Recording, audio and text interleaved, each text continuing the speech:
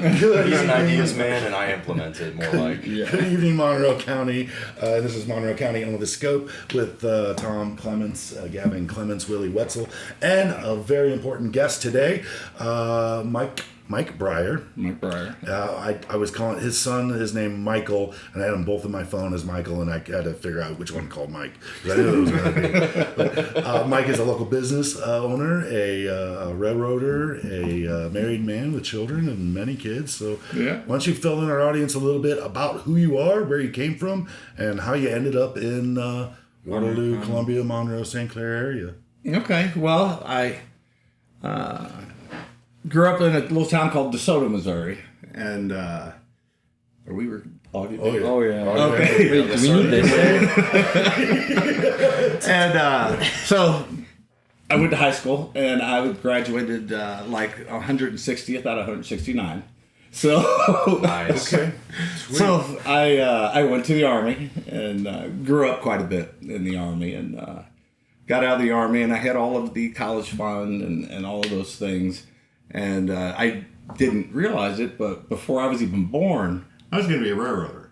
Okay. Fourth generation railroad. It was already set. I didn't have to bother with all of that. You're in. That's what I was going to do. And so I was out a few months, and I took a job at a home for handicapped kids. Great job. Probably the best job I ever had. Didn't pay a ton. But reward-wise, that was just a wonderful job. Love those kids. Okay. But then I got offered the railroad job, spent 32 years now. Matter of fact, my anniversary was 3 days ago. 32 years on the railroad. It's older than me. Older than you. That's how long I've been doing it. Calling him old, man. That's what a dick move. So I traveled around. I've lived in 20 cities in 15 states probably. I've moved every few years for most of my adult life. Wow. Traveled around a lot with the railroad. Finally settled back home. I lived in Arnold, and that's where this story begins. I met a girl. No. You know? Dude, I swear, it all started. Always started with a girl. Yeah, I got divorced, and I've been divorced for a few years, and for that few years, I was not interested in any of that. Yeah. You know, I was living my life and taking care of my things, and taking care of my children. I had my kids, and a few years goes by, and I met my wife now, and we started dating, and she is the other half of me. You know, I don't know why. I wish we would have met 30 years ago, because she is absolutely the other half of me. So You think your life would have changed at all if you guys would have met 30 years ago?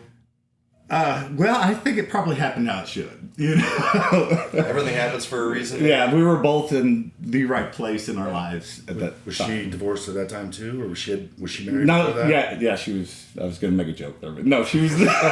Stole his thunder.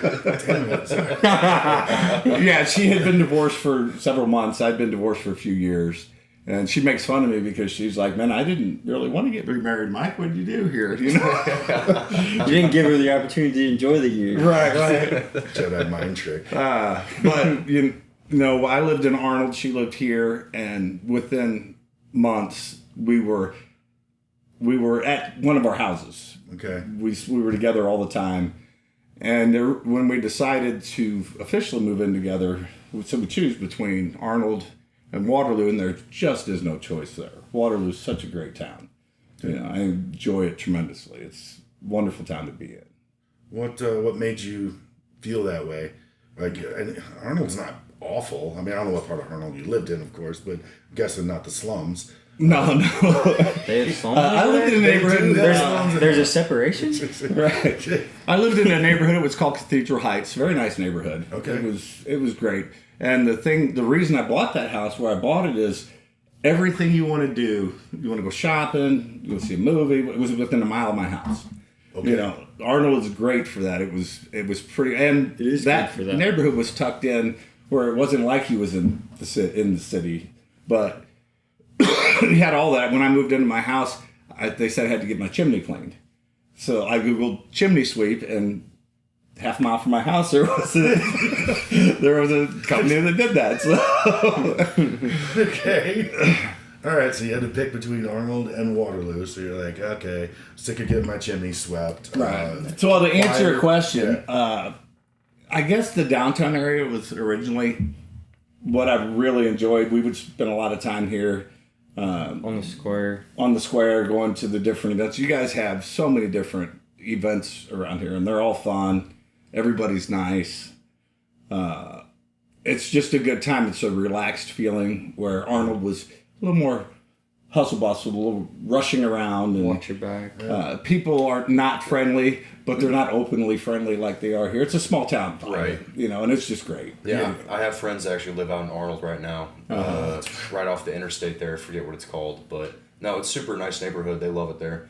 Yeah. No problems with crime or nothing like that. It's just a normal neighborhood, Yeah. and yeah, they love it. Yeah, not taking anything away from Arnold, because I enjoyed living there. It was great, but Arnold has that, or Waterloo has that small town feel. That I really Was your enjoy. wife born here then, or she moved here? She had family. She and all was that born in stuff? Alabama. Oh, that's right. Okay. Damn. I think it was Anniston, Alabama. Okay. And she went to college. She's a gymnast. I don't know if you guys know that. She was a Did not know gymnast that. in college. Okay. And was pretty good. She still does backflips and stuff, and crazy stuff. And she's in her 50s and still doing that stuff. So Wow. she was okay. pretty good at Impressive. that. Okay. That's awesome. But she went to college at Southeast Missouri State, Okay. and then stayed in the area. Like Got a the job, area. stayed in the area, and met her ex-husband and got married, raised a family, and the typical story that everybody. So that's how she got here. But she's lived here maybe since 2018, I think, Okay. and I've lived here since 22. 22. Yeah, so we're transplants. We haven't been here all that long. Yeah. 50% of our guests have been transplants. People who moved here, That's- whether it's military or for love. Right. Yeah, there's a lot And for even love. I mean, to reiterate what you said, my customers that are fresh to Waterloo, the exact thing they say is they moved to Waterloo because of the square, because of the events, because of the small town feeling. Like, they'll move from Manchester, or they'll big St. Louis communities that are supposed to feel small town, but they never are. Right. And they moved to Waterloo because of that. Which is crazy to me. But growing up here, that's why it's crazy. But Yeah. Yeah, and everybody's so nice here. I mean, people are polite. I joined a gym and felt at home going there, and it's just, you don't, I've lived a lot of places, and you don't get that everywhere. yeah, You don't get that real comfortable feeling just everywhere. So it's a special town to me. It's going to be home for me. So Home for forever, ever? yes. I mean, I guess yes. you guys. I mean, don't get me wrong. When I retire, I'm spending some time in Florida. That's going to happen. But Yeah. this is where we'll be. Nice, man. Nice. So I saw your new little helper today in your van at your shop. Oh there. yeah, Thomas. Yeah. Is how he long's little? been- Well, I mean, No, he's a big guy. He's He's pretty big Why'd you guy. call him little? No, little helper is just a. He's as tall as me, I think. I saw He's him at not gas Santa's station. helper. Yeah. Pumping gas one day. Good story about Thomas. And Thomas, if you hear this, I'm going to give you a shout out.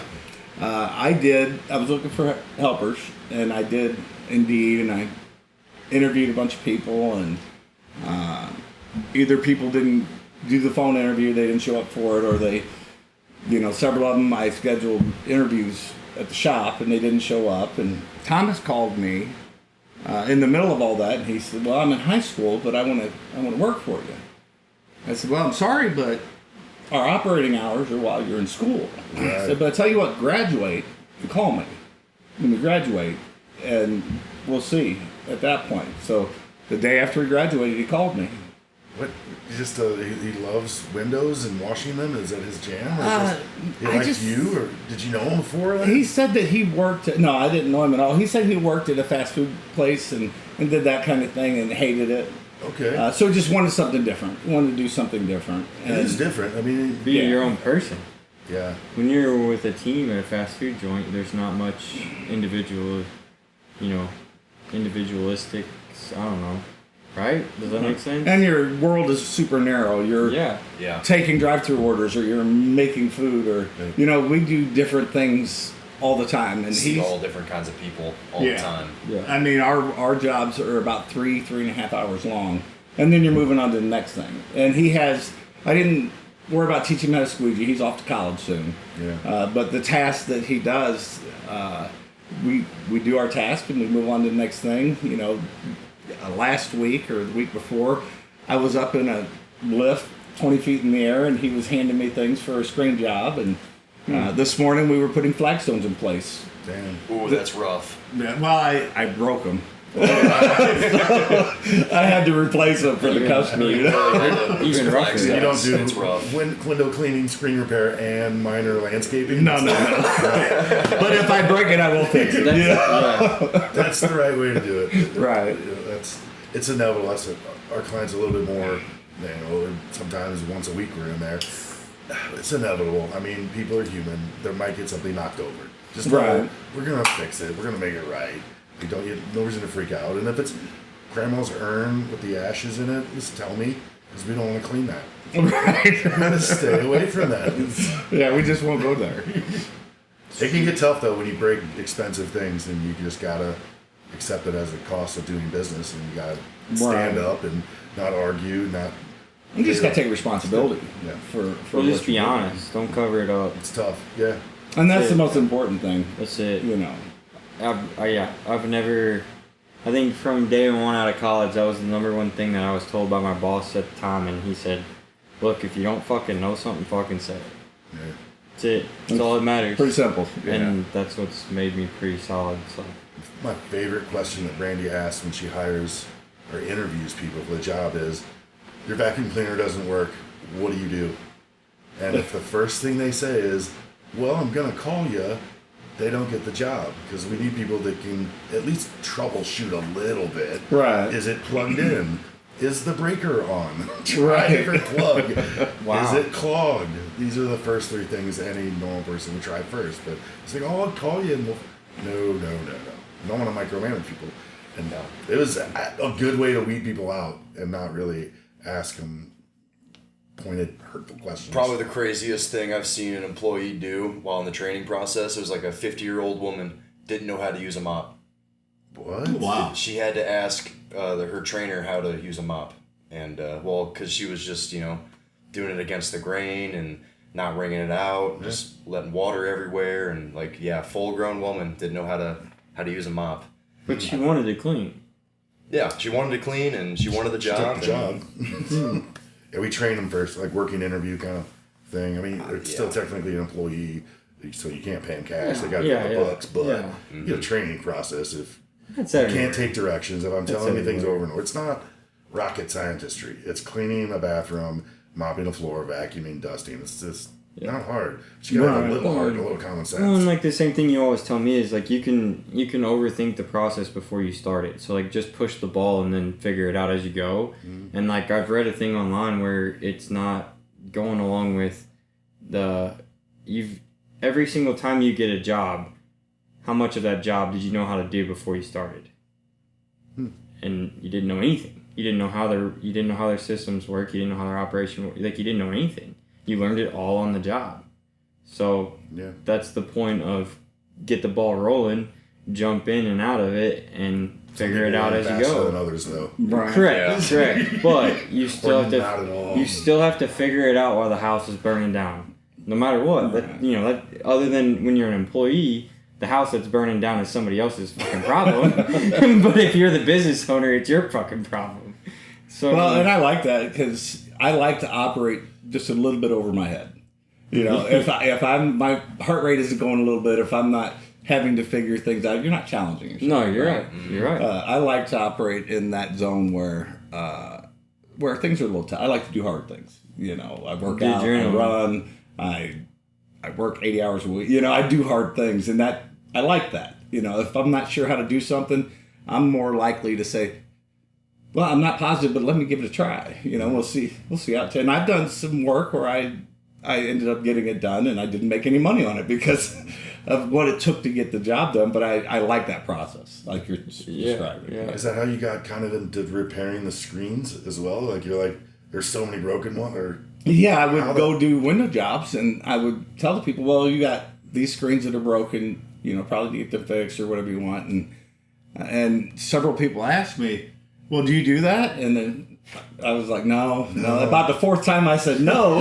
You know, You're thinking, why am I saying no? the light. I'm slow, so it took a few times, but the light bulb went off, and I said, well, I can take those with me and take care of them. You know, so Yeah. and that's been a great addition. It's a service that we offer, and most people don't want to take their screens out, go to the hardware store, get them repaired, take them back, and so most of the time it's while we're cleaning. But I've had several calls now where people just please handle it. So I'll go take them out, take care of them, bring them back, install them, and people seem to like it. That's my favorite part about it is you can go get the screens, take them, and the people, I mean, within reason, don't really care how fast you bring their screens back, unless it's beautiful and they're opening up their house and whatnot. But and then you put them back in, because that's the biggest, hardest part, is taking them out and putting them back in. Right. I've put the spline in too. That's not exactly easy either. I would actually have you do it. Right. I know how to do it, and I don't want to do it. Right.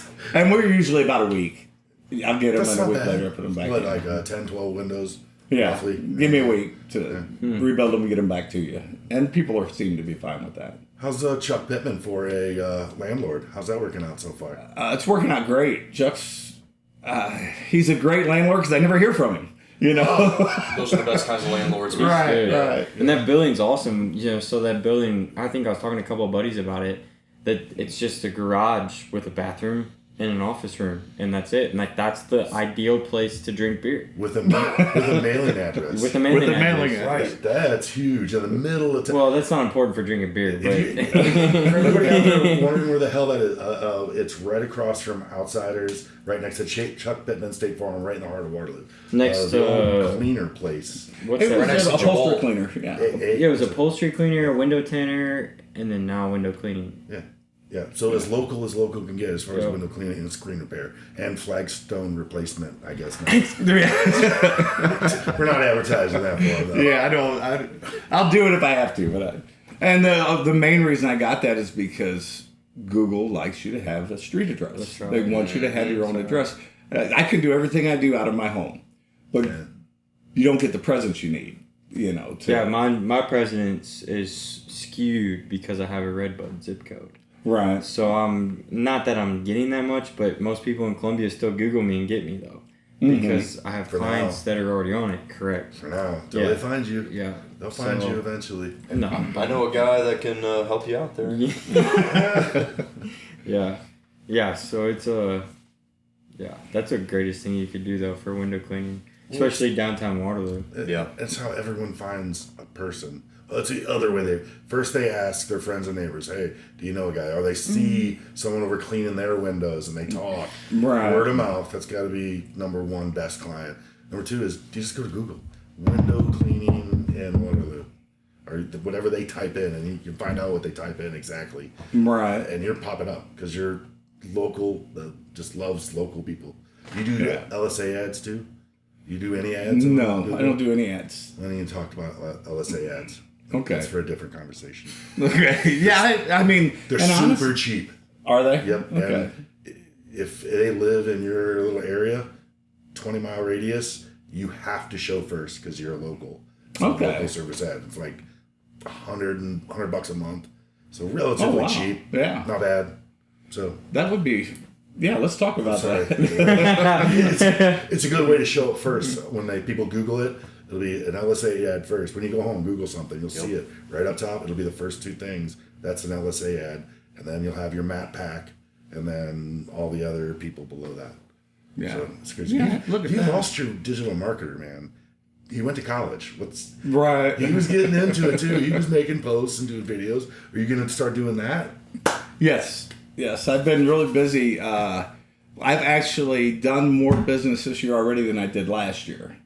Nice. And Wait, maybe more than I did last year and the year before. I haven't looked at those numbers From yet. January to now, you've done more business than all of last year. Than all of last year. Dude, nice. Yeah. That is Nice. awesome. We've man. done 171 accounts so far this year. Damn. So I'm not getting much sleep, you know. But And you do commercial and residential. we do commercial, and that's both. Yeah. Which one do you like better? Personally. Residential. Yeah. Residential. Really? Yeah. Why? It's all about the return, right? I make more. Okay. You know, commercial's easier, and honestly, probably I don't know if you should say this or not. You don't have to be as particular with commercial. A storefront, you clean it, but you don't have to be as particular, but they don't pay as well either. Yeah. So whenever I do my commercial routes, which are on Fridays, I'm trying to go faster because I want to get more accounts in because you want to make money. Yeah. Where I schedule 2 window cleanings a day. I have plenty of time to get them done, and I make enough money to eat, and I can do a really good job. And you said that's a Friday? My commercial accounts are Fridays. Fridays? Yeah. So if you took that Friday, got rid of all your commercial accounts, filled that with residential accounts. I would make more. I would. The good thing about man. the good thing about commercial accounts though is they hit every month or every quarter. Yeah. So right. the slow months and the winter months, That's so true. you can pay the rent because Yeah. you have those accounts coming in. And as long as you don't mess up, they'll have you forever. Yeah. Right, As long as exactly. you're in business and you don't mess up, you got that job. Yes. I did love that about commercial. So that's what my commercial work is for. That's to keep the lights on. Yeah, I The get residential work is my happy place. I get it. And It's kind of like mowing grass and doing landscaping. Yeah. You mow grass to keep the lights on. You do landscaping to pay the bills, right. or to buy your wife a fancy car or some shit. Whatever people do nowadays. I don't do landscape or mow grass, so. We do one of those things. What are you talking about? We're doing a landscape project next week. Yeah, we don't do landscape. I don't We don't do advertise it. landscaping. Nope. We don't do landscaping. My bad. Especially in June, July, August. Right. Don't give a shit how much money people have. I'm not doing landscaping. I don't know, man. Nope. Nope. That is your call. Personal preference. So Week after 4th of You July, make, huh? you make more money fishing. I don't know, man. I don't know. about that. Depends on how many lures you lose. I lost $30 in fishing lures one day in about 20 minutes. My mind is still blown wow. by that. Yeah, well, the tree bass, man, they were out. They were out. I don't know if I should say this, but I had a girl over fishing on Saturday. Oh yeah. The first thing she said is, "I don't want to throw my rod that way. I'll hit that tree." That's the tree that Gavin and Isaiah got all their lures looking at my house. So he's climbing that tree and he got another First- lure. that one First lure thing you did it, yeah. first thing she says when she gets there, "Oh, I don't want to throw it that way. I'll get in the tree." And I'm like, "Well, those other guys threw it that way. Yeah, they did end up in the tree." I'll bring my ladder tomorrow and I'll sell you them back at half price. Right. There's a rooster tail up there, a diver, a couple Buzzbait, bobbers. spinner. Yep, spinner. It's weird when your son gets old enough to start buying his own tackle. Suddenly, A, you're spending a lot less money on tackle. Right. And B, that spinner that was there last year is probably going to be there the next year too. Right. It's amazing how that magic And works. fishing lures have only gotten more expensive. Yeah. It's like $12 for a good spinner now. Oh, wow. No. Oh yeah, I remember when I was in high school. That was all I spent my money on was fishing lures and jeans. That's it, huh? Hey, that's all you needed. Jeans were $25 a pair. Just Wow. your nice like Wrangler work jeans. Now they're 50. Mm-hmm. Yeah. Damn. We can go on a whole different podcast Yeah, we could go on on, like, inflation. I mean, Whatever. if we really want Rabbit to go hole. down that rabbit hole. Yep. So you've been in business for like four years then, ever since you moved here? No, this is my third year. Third year. Third year. Out of the 3 years, what would be your craziest story that you'd have? Like, maybe not dealing with a customer, but like just crazy being like the type of job it was, the people that were working with you, the tools that you didn't have, or the craziest experience you got. I got a good one for that, and it was recent. It's that lift job. Okay. So, Okay. The church or what? It was at somebody's house, and it was a storm damage thing. It tore their deck off, tore the screens up, and I went there and I bid it, and I said I can rescreen it for X, and they said that's great. Well, it took 6 months for everything to I bid it last October, and we just got to it last month. Okay. The process of whatever for so we finally get there, and I go there, and all of the spline channels off. So I'm just showing up to rescreen it, but when they rebuilt it, they took everything off of and didn't put anything back on. So, Son of a bitch. Yay. so yeah, I'm figuring 4 hours to rescreen this, and it took a day to put all the spline channel back on and all of that. Well, when you take that off, you kind of got to know where it was because everything's cut to a certain length. Mm-hmm. So it was it was a mess, and I got it all put back up, and it looked bad. Bad. And I was like, man, I'm never going to finish this job. But the guy came out, beautiful home, and I said, man, I can't leave your home like this. You know, why don't we talk to your insurance company, let's get the spline cap replaced and see if they'll do that, and we'll come back out, we'll replace the spline cap and make it look right. You got a beautiful home. We can't leave this like this. He's like, okay, so he did that. So I scheduled for the next 2 weeks later to come back, and I had all the material. I wake up at 7:30 in the morning. Or I wake up, and at 7:30 in the morning, the equipment company calls me and says, well, we don't have your lift. Oh, no. I'm like, okay. so what are we going to do? And he's like, well, there's nothing to do. We don't have a lift. So, Son of a bitch. You know, that's when you chew their ass out. right. So I said, okay. So I scrambled around for a little while. Could not get a lift. Could not get the closest one was like 30 miles away, and I couldn't get it delivered. So then I had to call the customer. Look, I'm really sorry. This happened, you know, and so I called one of the big outfits, rental company outfits, because I was using a local place up in Columbia. And I had said, can you deliver a lift for me on Friday? And they said, yeah, great. So me not thinking anything about it because I have an account with them. Okay, great, click. Well, they deliver it and everything's great, but I get the bill and it's like 4 times what the original lift quote was. And so this, we're like 4 or 5 days into this thing now, you know, and so I'm up there and I finish this spline cap and I have him come get or I call him to release the lift, and the guy calls me 3 days later. Well, the lift's still here. I'm like, and I'm thinking, is this job ever going to end? Yeah. You know, 4-hour job. right? Yeah, and I'm 3 or 4 days into this thing, and it just won't end. It's just one thing after another after another. Well, I finally got a hold of them, and I wasn't on rental anymore. They just hadn't picked it up, so they came and got it. And then they wonder why people don't have a lift. Because they don't fucking go get it. Well, then I get it done. I send the guy the invoice. I said, man, I think it looks pretty good. I appreciate it. And he says, oh, by the way, are you going to replace those flagstones you broke? Yes, sir. Absolutely. This was the flagstone job. This was the flagstone job. Okay. So, but where the hell do you get flagstone? Is it from the lift?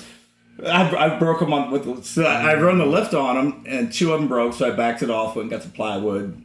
So because I'm dumb, I should have known to cover that up. You know, on the front end. Midwest Block and Brick here in town. Yes, That's where you got it. that's where I got it. This So, is the first place I was like, where could you get a piece of flagstone? Sonnenberg, maybe. oh, you know what? I did go to Sonnenberg. That's where I went. Sonnenberg's got Okay. it. Yeah. And they were great. I took these 2 pieces, broken pieces, and I set them down because you can't. They don't come in any specific shape. No, I'm it's like, total can you random. help me get as close to this? Yeah. I'm impressed that you were able to do that. Wow. So then I had Tommy today. I get up and I carried a flagstone over and I said, hey, Tommy, put those in. And I went back to the van. I gave him 15 minutes and went back and we finished it. But it was just the job that wouldn't die. You know, I couldn't get the son of a gun done. But we did, and he's going to submit to his insurance, try to cover the lift fee, you know. But that was the craziest. But, you know, it's That's pretty crazy. Yeah, it's important to me that guy's house, it's a beautiful home. It needed to be right. And we'll figure on the back end how to, if I need compensation for the lift. That's the details you figure out, but the job has to be right. That's number one. So. But that's the story that he's telling his friends and his neighbors, though, isn't that you broke the flagstone and you're a jerk and never showed up and sounds like you went above and beyond to not just make him happy, but point out like even if you tell me you're happy, I'm gonna leave. You're gonna stare at that, and it's gonna be ugly. It's gonna piss you off. Right. You're gonna call me 2 weeks later, bitching me out. I don't think it looks good right now. Let's just. Well, I hope that's what he's telling everybody. Maybe that's in my head when you're telling the story. Right. You know, people want that referral, that repeat referral. It's the best way to get business, in my opinion. That's most of mine. My best referrals. friends. I tell my wife, the more work I do, the more work I'm going to do. Could you do a video cleaning the train window as the train was moving since you worked for the railroad? No, I would die. They can give you a harness. Once in a while? They can give you a harness. Yeah. No, not that kind. They weigh 450,000 pounds. I don't think you're going to win. James bonded on the sides. Right. Or clean it with your arm out the window. I don't think you're an engineer, are you? No, I'm not an engineer. All right. I used to be in train service, but not anymore. You missed. Wait, you used to be in the train service. What do you mean? I was a conductor, not an engineer, but so I was on the train. You're a conductor of a train. Yeah, and now I'm a signalman. I don't ride trains Mike, anymore. Did you Conductor wear the little Mike? hat too? No. So what do you like more, being a conductor or a traffic guy? Signal guy. Signal guy, that's what I meant. Signal At home guy. more. At home more, and I like to work more. I mean, when you're on train service, it's a different kind of job. You're delivering freight, and I don't want to. I got a lot of friends. It's just not what I enjoyed. It's a lot of hurry up and wait. A lot of I walk 6-7 miles a day in train service, and I'm more technical. You know, I do a lot of computer work, a lot of networking stuff, a lot of big equipment, hydraulic and pneumatic stuff at work. And that's what I had done before when I moved back to St. Louis and got that job. They were hiring for train service. Okay. So I was real happy to get back to that, back to the signal department, back to doing that kind of work. I like it better. Yeah. Yeah. More fitting your personality. Yeah, exactly. Driving a train, I mean... It's pretty cool. It's pretty cool. It's pretty cool. And I was a remote control operator for several years. So A what? a remote control operator for trains. So I had a remote control, and we didn't have engineers running the Stop train. it. That was fun, you know. How many years has that been out? 20. Yeah, it's been out for a long time. I started doing that in 2004. So are there people even run the trains anymore? Well, not on the main line stuff. I work yard service, yard tracks. all And right. yeah, on the main line, there's always people on the Okay, train. that's what I was thinking. Yeah. I'm like, I don't know if that's a great idea. Moving things around, boxing, changing. Right.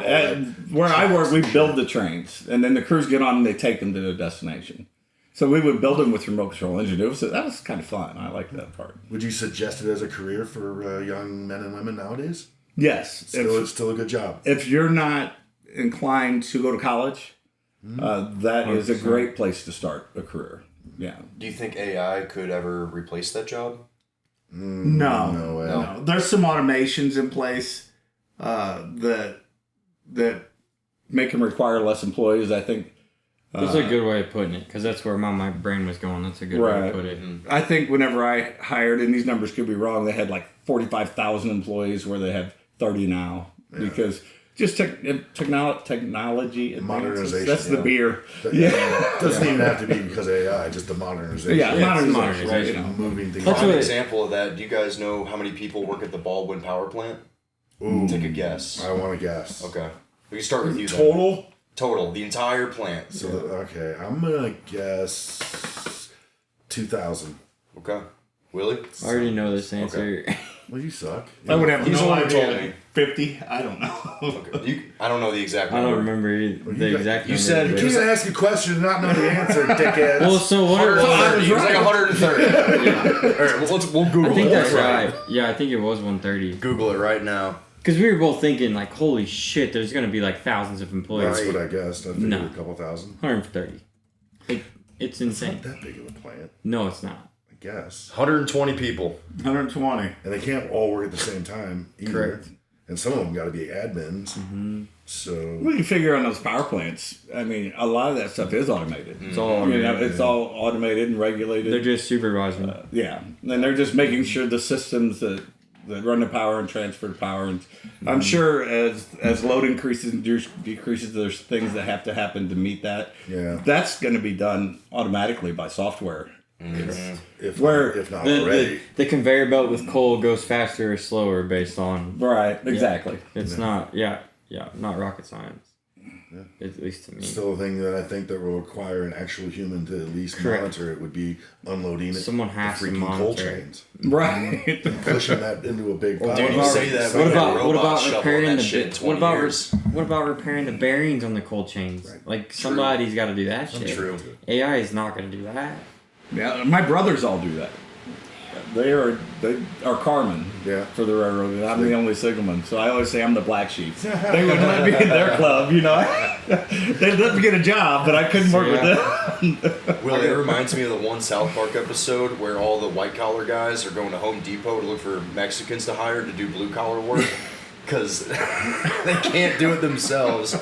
And I forget the premise of the episode. It's been so long, but it was literally exactly what we were talking about. It's like the blue collar workers, you can't replace them, but the white collar workers are a dime a dozen now, especially with AI. You can replace them easy. Yep. That was the whole premise of the episode. There's a monumental shift right now between blue collar and white collar. It's the Definitely. skills and what those skills are valued at right now. It's I need to talk to a buddy of mine that he's from Central Illinois that's starting a blue collar. So what he does is for high school students, depending on the insurance age, I don't remember, but he does a like summer internship kind of thing, and he'll teach. I don't know how young his insurance goes. Maybe like I want to say 18 for insurance reasons, but basically you pick a kid out of high school that says, "Hey, look, I didn't grow up on a farm. Dad never taught me how to back a boat up. I need to learn all this shit before going to the world." And so he's got a camp that's set up before these kids go to college or go to the real world. That's, hey, look, this is what a farmer does. This is what a truck driver does. Hey, this is what a landscaper does. This is what a lawnmower, back a trailer up with a lawnmower on it. Like, we'll teach you how to do that in a week. And then you can choose what job you want. you probably get all that experience just hang out with a farmer for a month. Agreed. Right. Agreed. But so this this guy is a farmer. I mean, he's badass. He's a farmer, but he's worked for bigger companies hiring because he has that niche of being able to read people where they go. Like, he's helped me figure out where I needed to go, different jobs, and trying to figure out whether you enjoy it, what skill you need next, how to implement it. He's smart. He's a good one, but to get him from Champaign down here would be hard.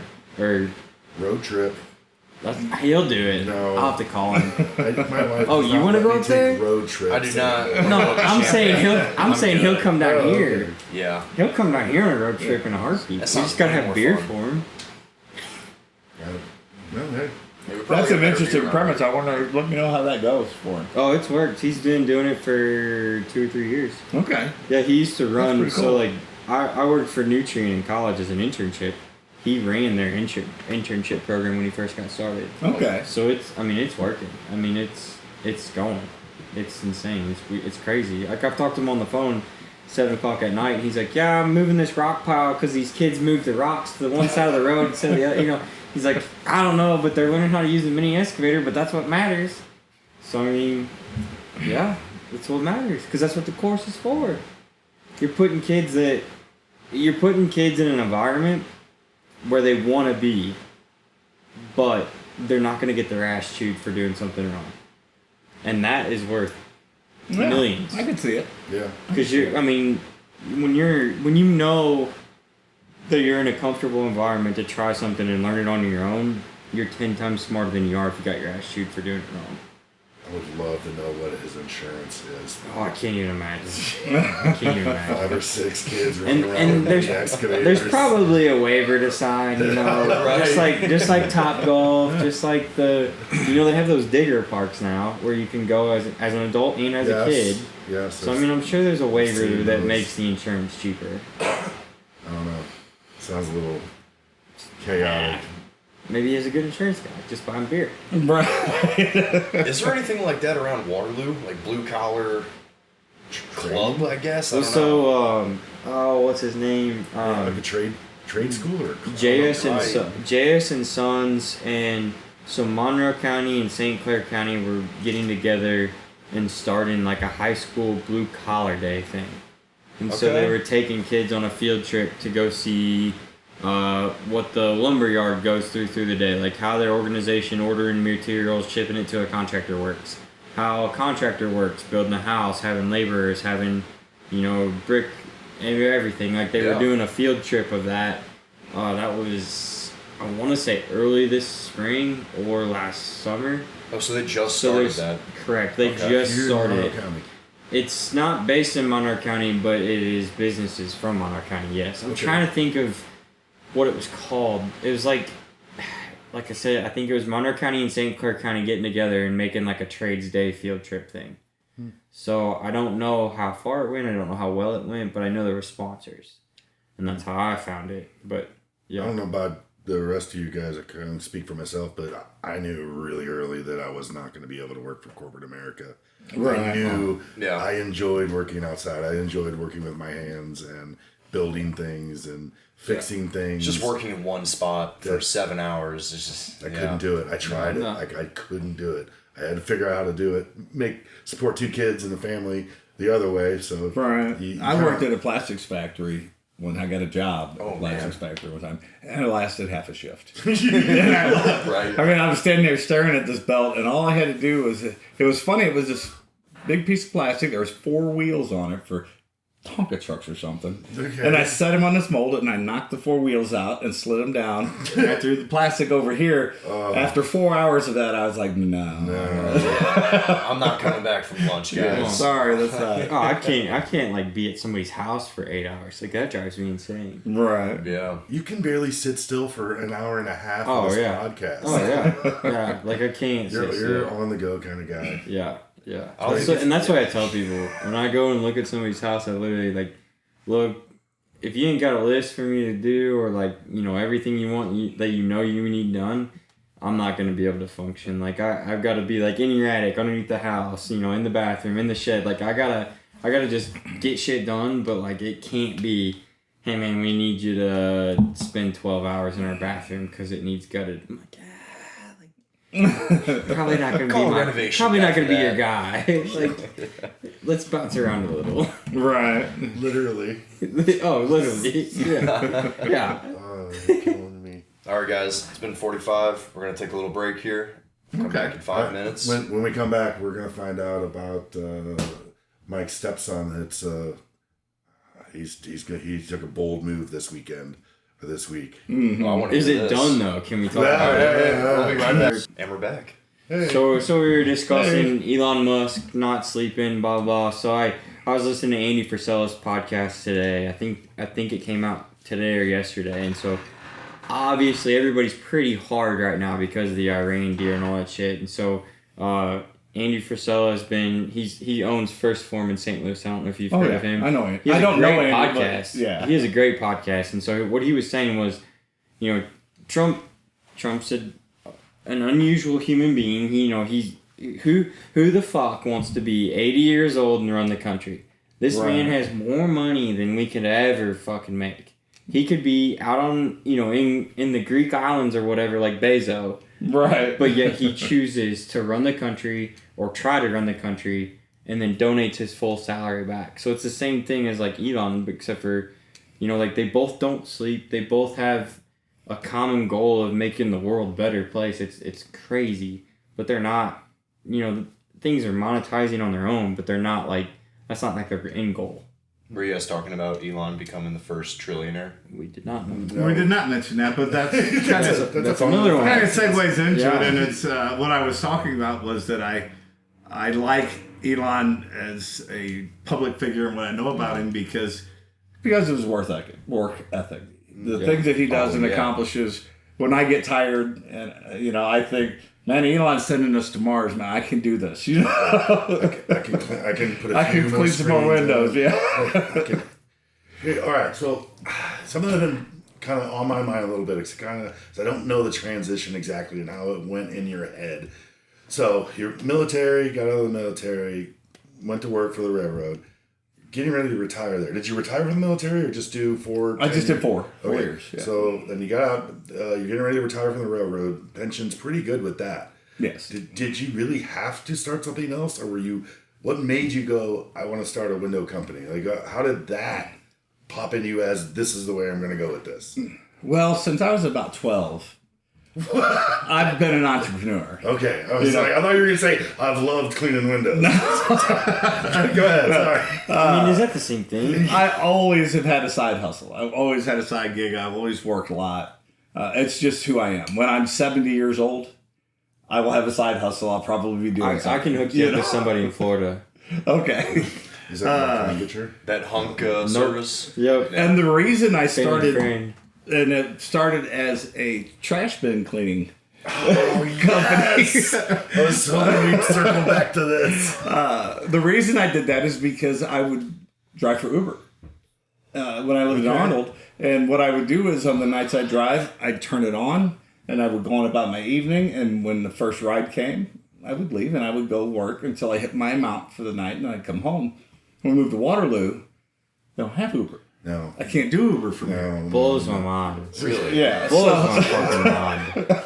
So I was like, well, I got to do something. And my wife's son, Colin, owns Max Pressure Washing. He had that going on, and it was doing well. And I was like, man, I need to do a service-based business. Okay. And so I didn't have a side hustle, and so it's just in my nature, to do something on the side, to work a little bit more, do a little something, because I think it's fun. Building a business is a lot of work, but it's fun. Okay. The trash bin cleaning wasn't fun. I mean, it wasn't hard either. I advertised it, I bought the equipment, and nobody called. So it was an easy thing, Nobody cares how dirty things are that people can't see. I guess that's true, or they do it themselves. I think I cleaned 10 cans in a year. Like you're talking about pressure washing. There's has to be a dozen companies locally here. There's one window company, and I just feel like people care more about what the outside looks like than the inside.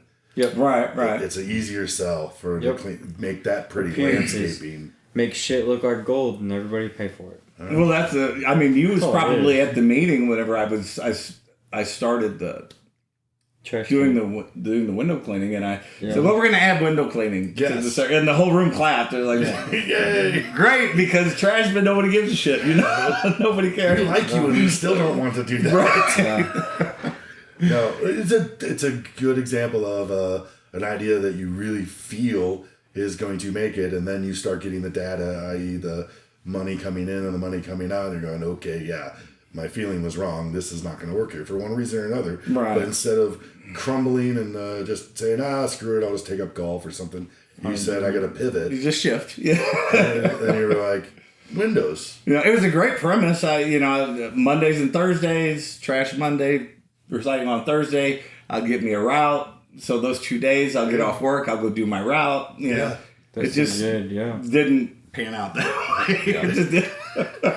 And I spent a lot more money setting up the trash bin stuff than it cost me to set up the window cleaning. More equipment. More equipment. Equipment. I needed a trailer, which I used a trailer the first year for the window cleaning anyway. But yeah, that was a great idea that went absolutely nowhere.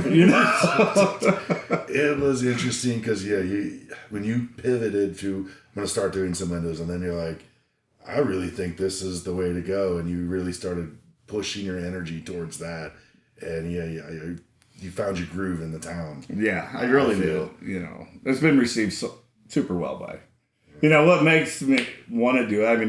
I mean, honestly, cleaning windows is cleaning windows, but I did the lady's house the other day, and she wasn't home. Most of my customers aren't home. They had me come in and do it, and she texted me that evening, was all excited. Oh, it looks so wonderful! I'm excited. And, so that makes you feel good about what you do, and that makes you want to continue to do it when it's 100 degrees outside and you're out there washing those windows. It's not as fun, but that reaction you get from people is. You don't get that from the commercial very much because the people working there don't really pay you, and they don't really care how clean the windows. Most of them.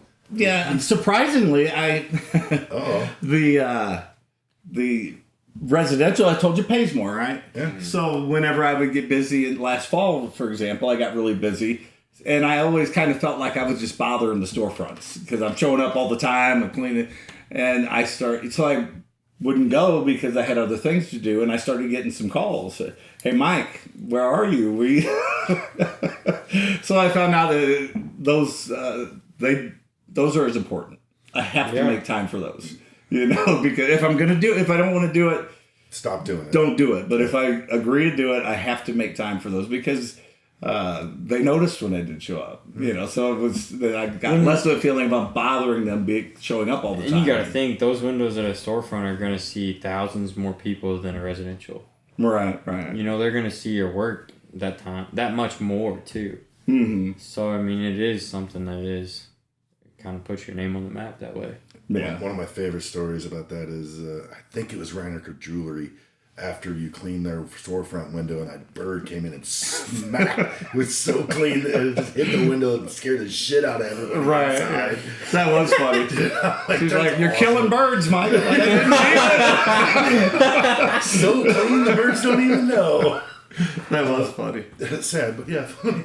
That place has got bad bird problems too. The overhangs or their awnings. Oh yeah. You look up and the nests are just loaded up in there. Yeah, and Just I last do time I was there. the hearing aid store next to them, and they have that sign. Yeah. And bird nests all in there, which means that I have to clean the windows. So they tell me to knock the bird nest down. I'm like, well, wait a minute. Hold on. That might be an endangered species. Right. Have you checked? I don't know. Just make sure it's not on camera. Just do it.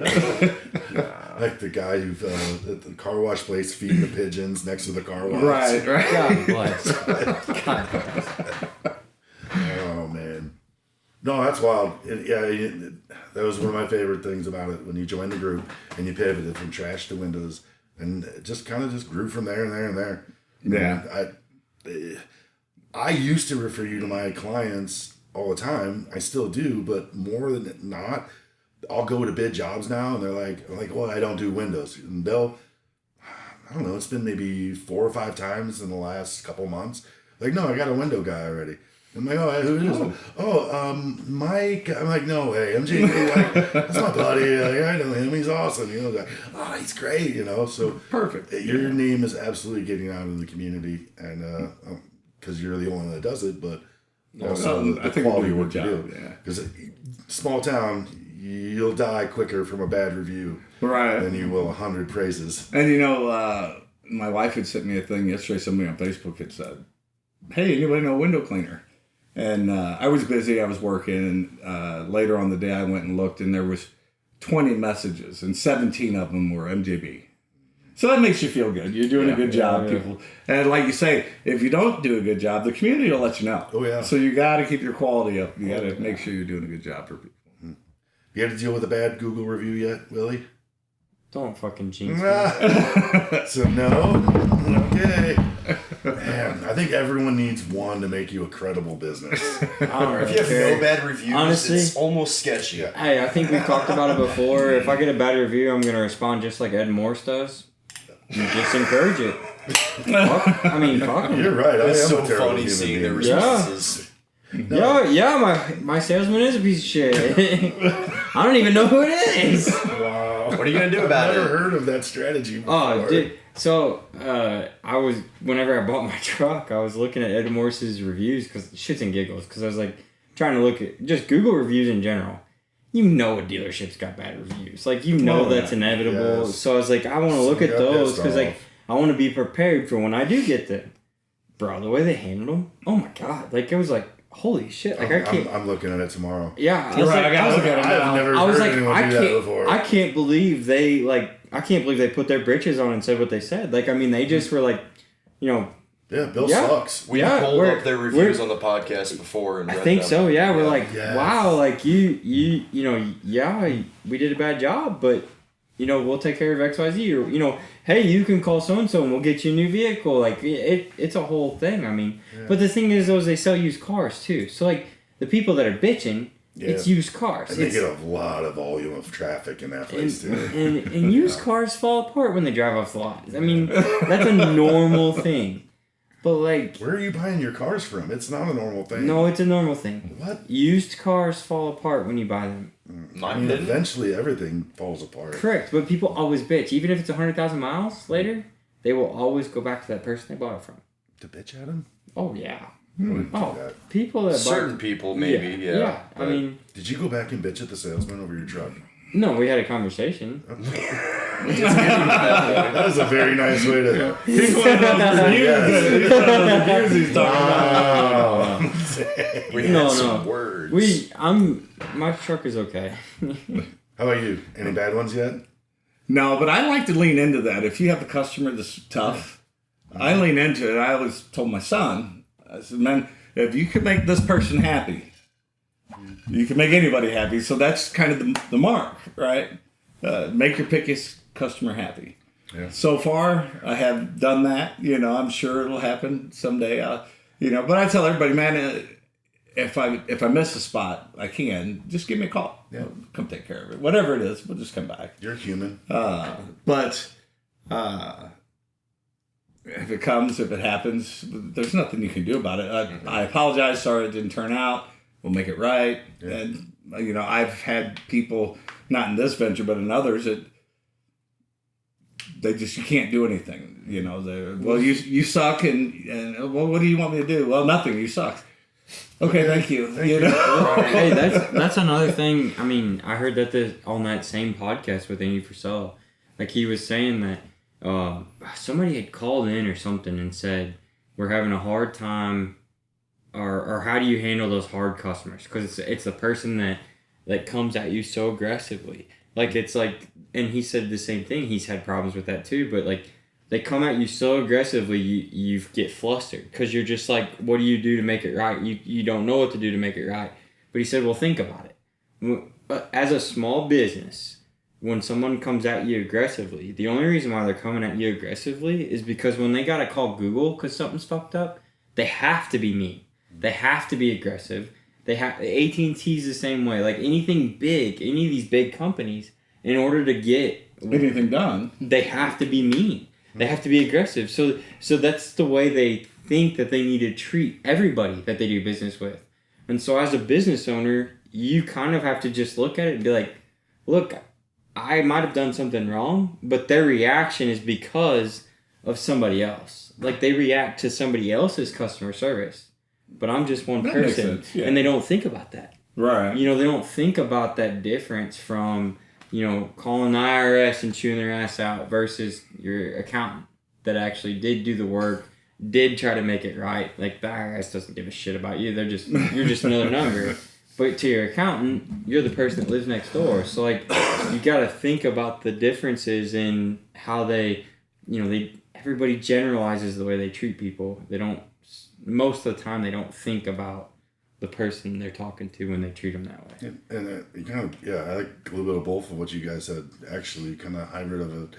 If you can make the client, even if they're mad, even if you disappointed, even if you were at fault and did something wrong, if you truly in your heart want to make it right with that person, they're not going to bash you over that. And, Right. And I've gone to as far as after an initial clean, the lady was really upset with the quality of the work, and some of it was justified, some of not, and we owned it. Like, yeah, okay, I can clearly see that did not get done.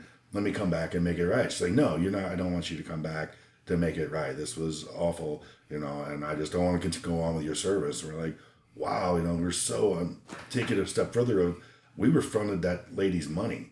Right. We're like, hey, if it was that awful, which it wasn't, there was a few things but not, you know, 90% was good, 10% was bad.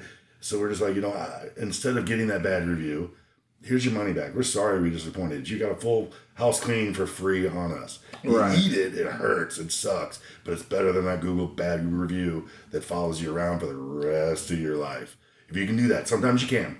You can't always. Sometimes people are just nuts. And it's the right thing to do. And that's what you want to do. Do the right thing. Do the right thing. Yeah. That's it. Or try. Yeah. That was another side of that conversation Andy was having, was that like you think about those reviews and those like disappointments and stuff, think about how fast, like for a bigger company as well, just like you just said, Amazon, Home Depot, like Walmart, how fast, oh, you're not happy with that product? Okay, we'll just replace it. Here's your money back. Mm-hmm. Like how fast they do that, that makes it 10 times harder on a small business too. Yeah. Because it's that instant. It's that, you know, and think about even, not just for me, but in any construction trade, roofing, gutters, HVAC, like plumbing, I mean, you name it. Like, you can't just click your fingers, oh, you know, hey, But if you do it long enough, you know those people. Correct. You put them on a do not take back list. And They're that's- going to forget how much they screwed you over. That's right. But you're always going to But for Amazon, they'll never remember. And there's even clients, especially in the commercial cleaning world, that I have other commercial cleaning owners of companies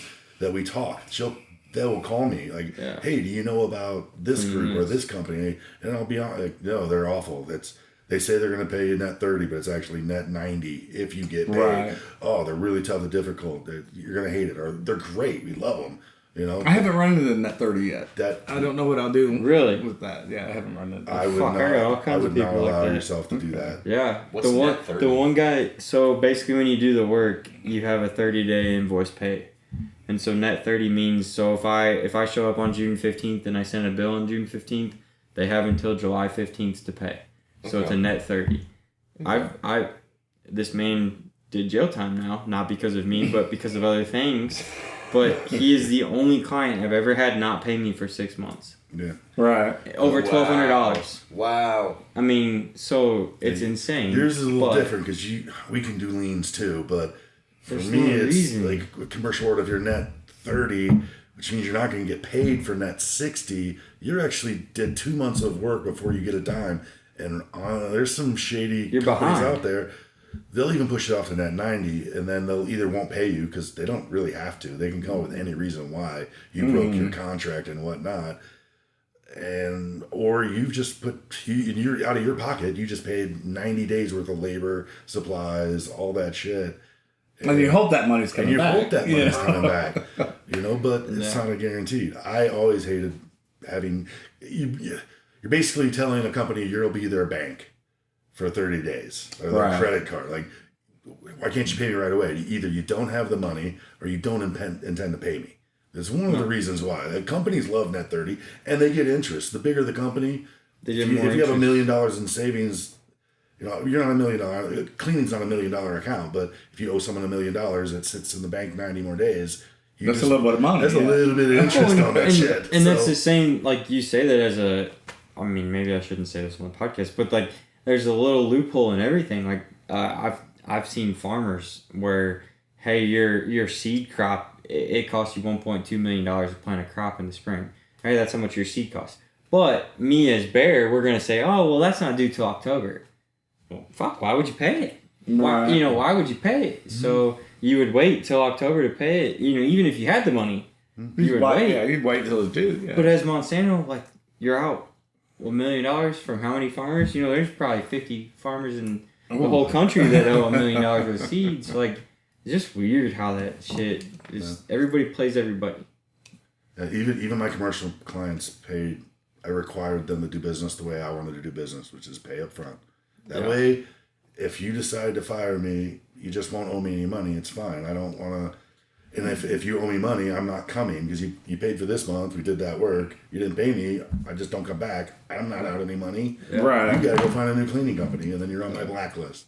But it didn't happen very often. But there are How do you and the do- bigger the company, the more they love pushing This that. is that a 60. broad blue collar question, but how do you feel about if you were to go do a cleaning job, say it was $1,000, would you make that person pay you half of it up front? Currently, no.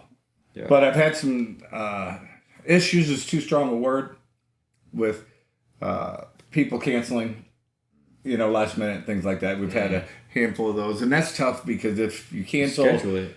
the morning of the cleaning or the night before, I can't fill that slot. Yep. So in the future, we're probably going to start requiring a deposit. Yep.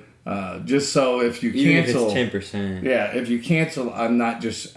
I have some compensation because there's been a handful of days where I've lost a half a day, and for a small outfit like mine, that matters. Okay. A half a day's revenue matters. When you're going through that process and kind of crunching that stuff together before you do it, think of this as well. If you got paid 100% before that job, there wouldn't need to be a cancellation fee or a deposit on it. You would just have to reschedule it, and they're less likely to cancel altogether. They'll just If they've already paid. They already paid. Like, cool, Yeah, we can't they- do it that day. Fine, no big deal. It's a pain in the ass, and you lost that day, but you already got paid for it. So Yeah. at least Right. maybe you can pay your guy or something out of it. It's just getting pushed back. It makes clients cancel less. So And for for less silly reasons. something But like it's- you do cleaning and stuff, I don't know how you do it with the weather, but like if it were to rain for a whole month, If it he snows, would be behind because of that. yeah. I get it. It Yeah. doesn't quite equate. Like No, because I've done that and, with. and ours is a lot I've done more that with reoccurring. lawn services. We're once a week, twice a Yeah. month, Yeah. 4 times a month. He's twice a year. Yeah. Commercials once a week, but or you once a probably month. once a month, different fryer. But the only thing that stops me is lightning. If it's not lightning out, I guess- or if it's well, pouring down hold rain. that giant metal thing. I guess you don't have the pole anymore. Give you an extra. Yeah, I do. Mine's a carbon fiber, but I still don't want to stick it up in the air in a store. But unless it's just lightning and pouring, I'm gonna come. You You know. need to find an adrenaline junkie and pay them to do that during the storm. But winter There you you go. can't do it because if it's below freezing. You can do it. I can work. What? If it's above 25 degrees, I work. Wow. Because I don't want to work if it's below 25 degrees. Oh, okay. But there's You ways to keep. choose not to do it below that. Right. There's ways to. So you don't water fed. Everything's traditional, and you put things in the water to keep it from freezing, so you can work, and you can't use that water on the interior stuff. Okay. But yeah, I can work all year round. This last winter we was actually pretty busy. I didn't expect that. We didn't. I was expecting from Christmas to March 1st to not have any work, but we worked. So you definitely you have a business model that can work year round Yeah, Oh, 100%. absolutely. at the pace you want it to work at. Right. Yeah. Not as Colin. I guess we need to just have Colin on the podcast. We are when he gets back. I think Yeah, he's we going to need to sign have up him in a on week the or two. podcast. We'll talk about pressure washing and matrimony and stuff like that. And rings and shit. Yeah, good luck, Colin. Yeah. Good luck, buddy. Hope it went well. Tomorrow's the day. No one will ever listen to this. He will. Tomorrow, a month ago, after this podcast releases. Right. Hopefully everything went well, and the father-in-law said yes, and he's a happily engaged young man coming back to Yeah. be a productive part of our community. Not to put a plug in for him, but I'm going to put a plug in. Please do. You know, he's a great kid. He's a hard worker, really responsible with what he does. Get along with him great. We're co-oping more and more on the things that we're doing, and that's tricky with family. Mm-hmm. It's real tricky, and we seem to be navigating that. And the problem is we're both kind of alpha, and it's hard when we can't both be in charge.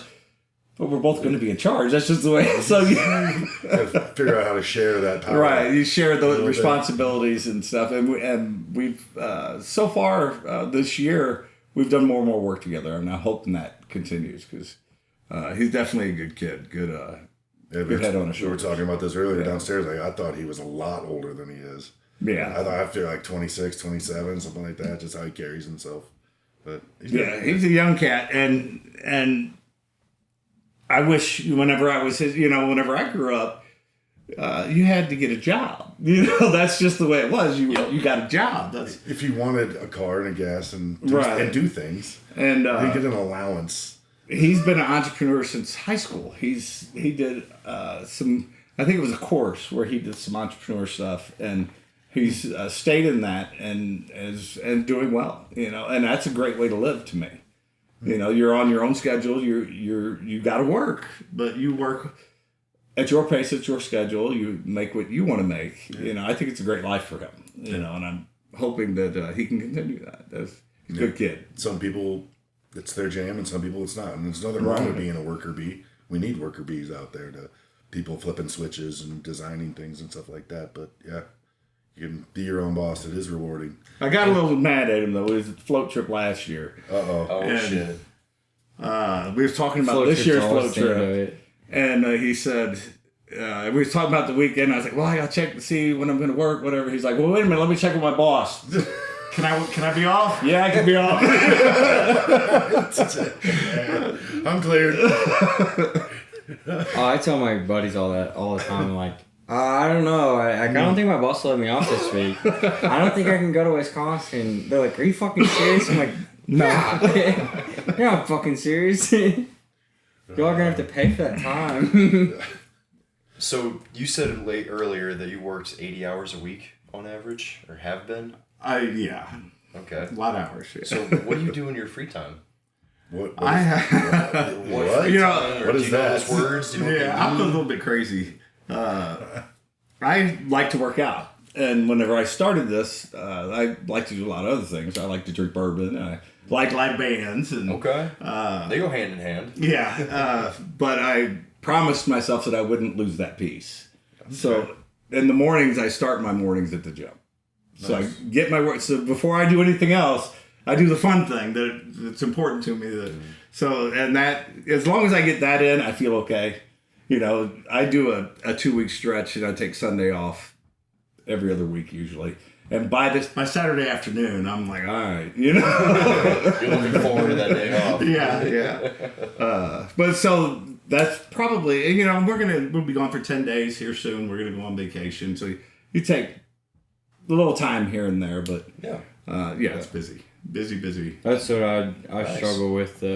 And Gavin knows it. I struggle with the shutting off. What? You Yeah. shut off? I Like, never crazy. stop. It's insane. Like Saturday afternoon, I went to fucking Home Depot and picked up material. Like that was my fucking Saturday afternoon. So, yeah, but And you make hay when the sun is shining, right? Yeah. You do it while you've got the I work. to agree, do it, but you know?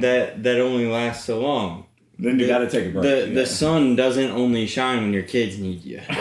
Like the sun doesn't only shine when when your wife needs you either. So like that's the challenge, is figuring all that out. Trying to, because I've told I'd when I was running by myself full time, I'd show up at people's houses at 6 if they wanted me at 6. Right. But now it's no way, 8 or 9. I ain't coming before that.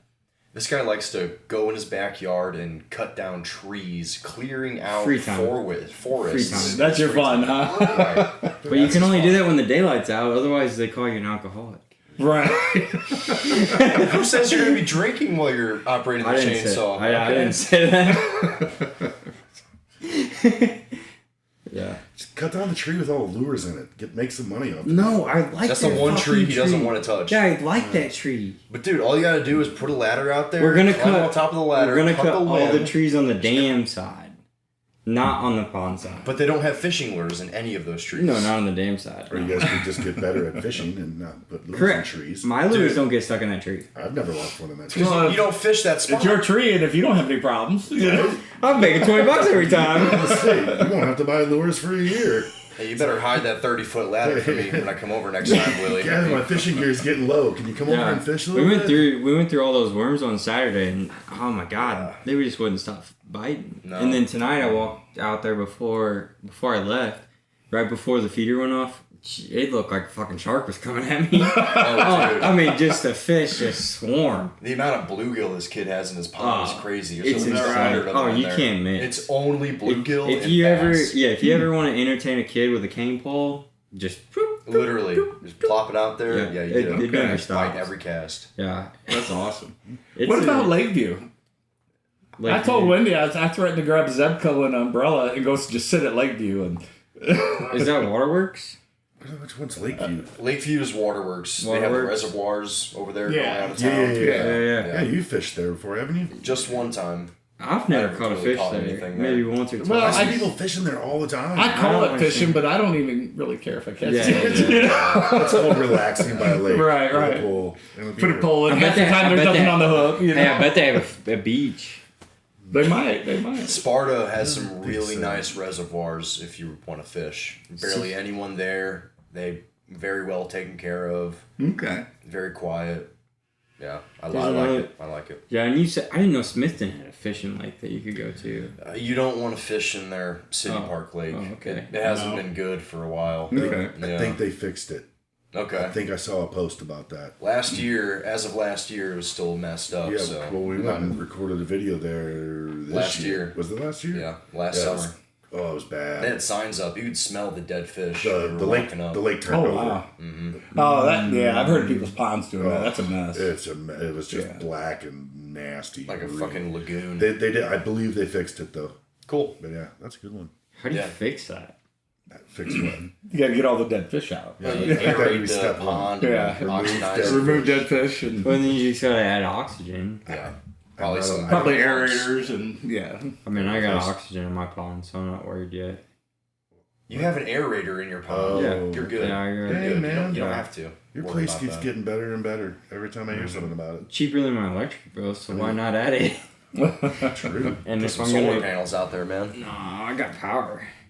Oh yeah, I need solar panels and hydropower and wind power and So you use less Bro, from okay. the city. wild card as fuck. I found this thing online that this guy makes a generator that is basically it's a heat powered water pump, and they use the heat power as a generator, but then they use the water so they make the heat power generator work and it pumps water in order to keep it cool, but then that creates power.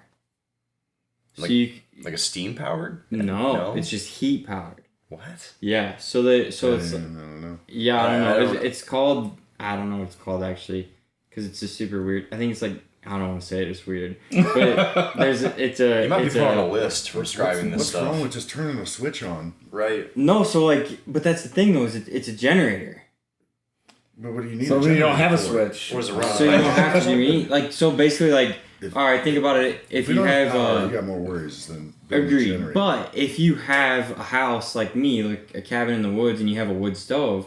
You set this son of a bitch on the wood stove, you start a fire, and that thing powers the fridge, powers the well pump, powers the lights, like, then you don't need power. You have a creek that runs through your property. You Correct. just put We a- already thought about We already doing thought that. about it. So wind The turbine. thing though is that Water the trees, I think the stumps and stuff would destroy it.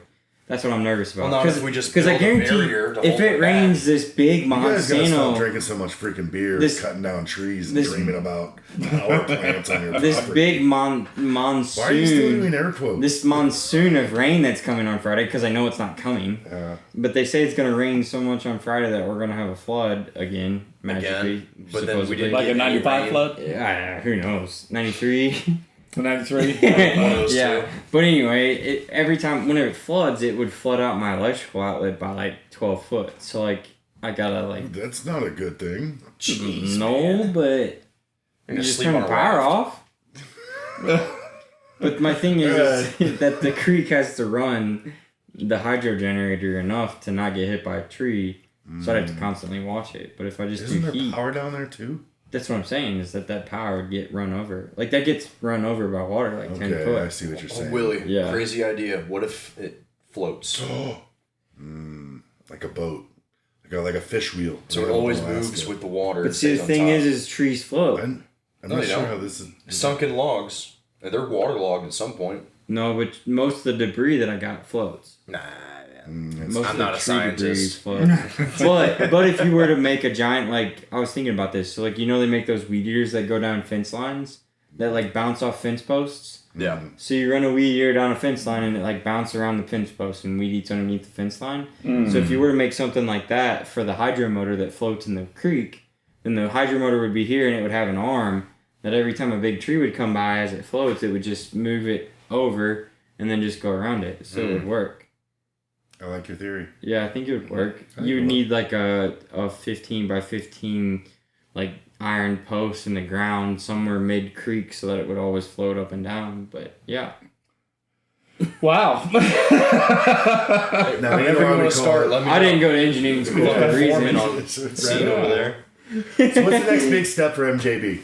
You gonna put on like 9, 10 employees, expand out, clean every window in the Tri-County area, or Yes. The next step is me working on retiring and going full time. okay? We're going to set up we was talking about it earlier off camera. I'm going to set up a screen drop off service that'll be coming in September. Genius. And so you'll be able to just drop your screens off. Monday and Fridays will be drop off pickup day. So if you drop them off Monday, you'll pick them up Friday. If you drop them off Friday, you pick them up Monday. And just trying to generate revenue and put myself in a position to where I can retire and go full time. You know, I'd love to spend. I've been railroading for a long time. Yeah. I would like to do something else. I got a few years to retirement. If I can feed myself to that, I would love to do this full time because I think there's so much potential to it. You know, Has the wife been on board this whole time? she's very supportive. Okay. You know, I'm nice. kind It of. takes a lot. Yeah, I'm a lot. You know, I have. I did not say that. I have a lot of ideas. You know, and I get amped up and excited, and you know, I'm a little bit of a nerd. I built a thing with Zapier, Yeah. ChatGPT, We just set it and up. Jobber. Yeah, and what it does, it takes all of my information and I threw it in a spreadsheet, and I created this thing where I get green lights, yellow lights, and red lights for each of my metrics. And when all of those lights turn green, then I know I'm ready to retire. I'm you know. That's what we do too. That's badass. Yeah. That's badass. Not with Zapier, but I We just- apply it yeah. to ads, yeah. Right. KPIs. Just target that you Everything. want to meet. And it's all automated. So now all I got to do is work, and it pulls all the data, it plugs it in, and it says you've met this. And I've got like one of the 4. So I've got 3 more metrics to work I on. need to figure out how you do that because I just learned about Zapier. Last week? I think I asked Gavin last about week. it.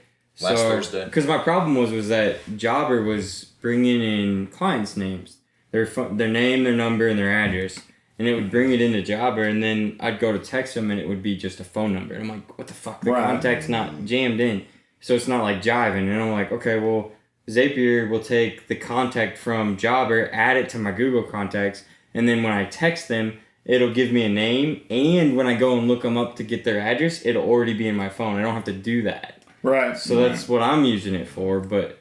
I do it for Google reviews, the review sheet that New Adventures has. It automatically populates that because that was a huge time sink, putting all of that into that. So I love those automations, especially when you're an owner-operator. You know, automating that stuff it's just fun. Yeah. You know? Yeah, have you ever seen ads for High Level? No.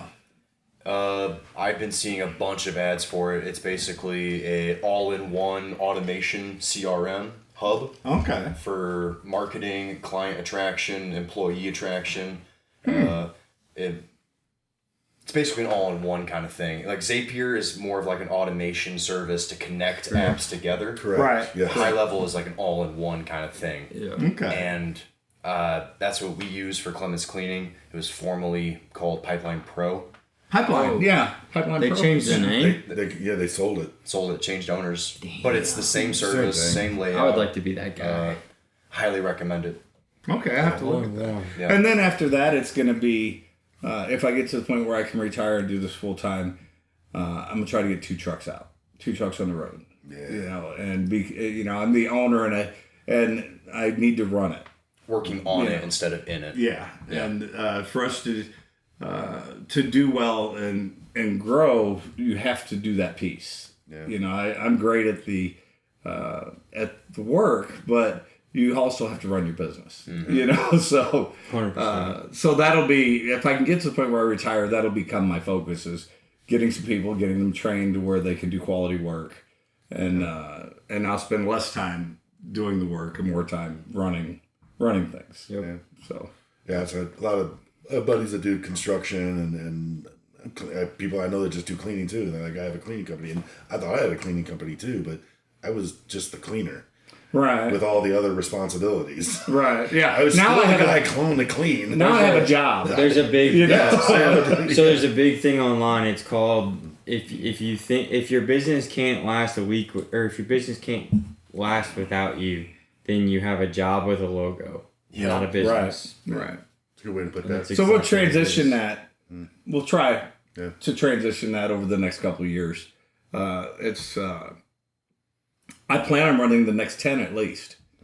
So, you know, there's plenty of time to plan through it and do it right. The biggest thing is, you know, employee compensation and getting that piece right and being able to pay people well enough so that, of course, it's window cleaning. So people are going to come in. I'm sure you experienced the same thing. We've talked before. Yeah. People are going to come and go, but I still want to be able to compensate people well for the work they do. So, Well, a wild card that I didn't know about, Gavin and I were talking about it, was trash trucks. If you were to finish your 12-hour route in 6 hours, they still pay you for a 12-hour day, which is crazy. but it's just an idea of a different way of Is that payment. why that jackass flies up and down the street? Yep. Well, I do that No, with it's like a Thomas. sprint around the Yeah. truck. If we meet our schedule for the day, if we do it in 6 hours, he goes home and he gets 8 hours. But You know, see, that's yeah. a good hiring thing. is a You know, good idea, if you get a high schooler, oh hey, we'll pay you for 8 hours, but if you can do it in 6, hell yeah. Right. If you can do a good job in 6. Exactly. Yeah. See, trash is something you That's- can. that's the trouble. Trash is something you can do a good job pretty easily. As long as you picked every can up you were supposed to, I'd say you succeeded at your Even job. if it blows out, it doesn't matter because it's not on the job description. So, Yeah. Well, it was funny. The trash company, not to be named around here. oh wait, I can't imagine who it is. My trash cans in the back of my shop, and I would turn them towards the alley, and they would leave them every week. And I would call and say, "Hey, you didn't get my cans. What's going on?" And they would say, "Okay, we'll send somebody by." Well, then I started moving them literally 8 feet up the alley to set on the concrete pad next to Chuck's trash cans, and they get them every time. But if I don't move them that 8 feet, they're Yeah, not picking yeah, up They shit don't up. exist. Fun fact: they let my aunt dump fucking horse manure in her trash can. Oh, did they? Oh, dude, and her other dumpster rotted out. And they're like, oh, we'll send you a new one. It'll be there on Monday. I'm like, you're letting this woman fill it with horse shit like every week. And, And you're replacing taking it it for free. And replacing it for free, no questions asked. Like, But then won't do that. Correct. Right, The well, cans I forgot about- eight yeah, feet to like the that left. shit blows my mind. Yeah, it was a little bit frustrating. And then they want to charge me like $80 to put it in my yard. And I'm like, yeah, all right, I'll just shoot coons with something else. Like, I don't need my trash out there. Funny story on that. The house next to me has been abandoned for about 2 years or repossessed, whatever. Vacant. Sorry, vacant for 2 years. They still stop in. If those cans are down there, with all the neighbors, we were like, we'll use them now and again if our shit gets too full. Especially the guy next to us because he got a lot of family that lives with him. That's They'll just funny. put it, and they'll still get it. There hasn't been anyone in the house for 2 years. So nobody paying the bill. No, they just yeah, pick it nobody, up. they just Right. It's just a system. yeah, whatever. Man. So once I figured out the rules to getting my trash picked up, it was fine. But it took a few months to figure out how to get that done. My recycling guy comes. They come at about 7 o'clock in the morning. My trash comes at any time after 3 o'clock in the evening. Okay. So the recycling's a bitch. If I don't make it, it just doesn't get taken. Right. But yeah, they're weird. Even here, sometimes we'll have to call them for our recycling. They won't grab it here. I don't know why they forget. We've been here for almost 15 years. Right. So, weird. Yeah. There was a conspiracy theory on the Waterloons and the Colombians, but I don't know that conspiracy theory. Again, starting stories, you have to know the story. Well, I If have you to gotta look it bring it up. up. I don't want to say anything because I don't have trash cans, so I can't say anything. Can't talk shit on people if I don't know. What do you burn your trash or what? No, I take it to my aunt's. Do you put it in with the poop? Yep.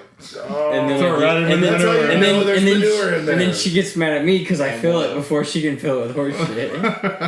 Man, I hate that to be the last story we end on, man. No kidding. It's an hour and a half mark. Michael, it's been a pleasure having you on the podcast. All right, Oh, man. shit. Is Thank there you. anything That else was you want so to plug fast. before you go?